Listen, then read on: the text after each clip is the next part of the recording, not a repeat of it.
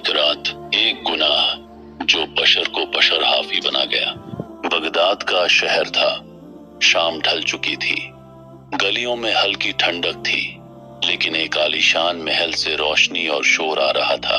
साज और नशे की आवाजें सुनाई दे रही थीं। ये कोई आम जगह नहीं थी, ये था बिश्र बिन हारिस का घर।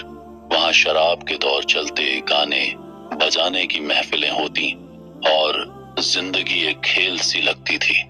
उस रात भी ऐसा ही माहौल था, लेकिन महल के बाहर एक बुजुर्ग वली गुजर रहे थे। उनके चेहरे पर नूर था, चाल में सुकून था।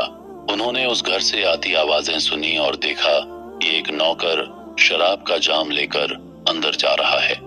बुजुर्ग ने रुक कर पूछा, ये किसका घर है? नौकर ने गर्व से जवाब दिया, बिश्र बिन हारिस का। बुजुर्ग की आंखें झुक गईं।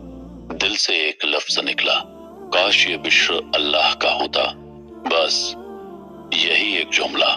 न कोई आंधी, न कोई बिजली, लेकिन ये अल्फाज सीधा ऊपर से दिल पर आ गिरे। जब नौकर ने ये बात बिश्र को बताई तो वो हौंस पड़ा, लेकिन फिर उसने पूछा, वो क्या कह रहे थे? नौकर ने दोहराया, उन्होंने कहा, काश ये बिश्र अल्लाह का होता। अब हंसी गायब, चेहरा जर्द पड़ गया। बिश्र उठ खड़ा हुआ और सीधे दरवाजे की तरफ बढ़ा। न सर पर टोपी, न पैरों में जूते। वो दौड़ा उस आवाज की तरफ जो दिल को चीर गई थी।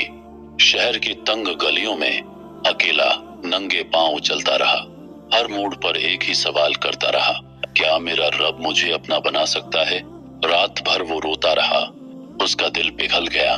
सुबह तक उसके कपड़े भीग चुके थे, पैरों में जख्म थे, मगर दिल साफ हो गया था। उसी लम्हे से उसकी जिंदगी बदल गई। उसने सब कुछ छोड़ दिया, महफिलें, शराब, दोस्ती, शोहरत, और अल्लाह की तरफ लौट आया।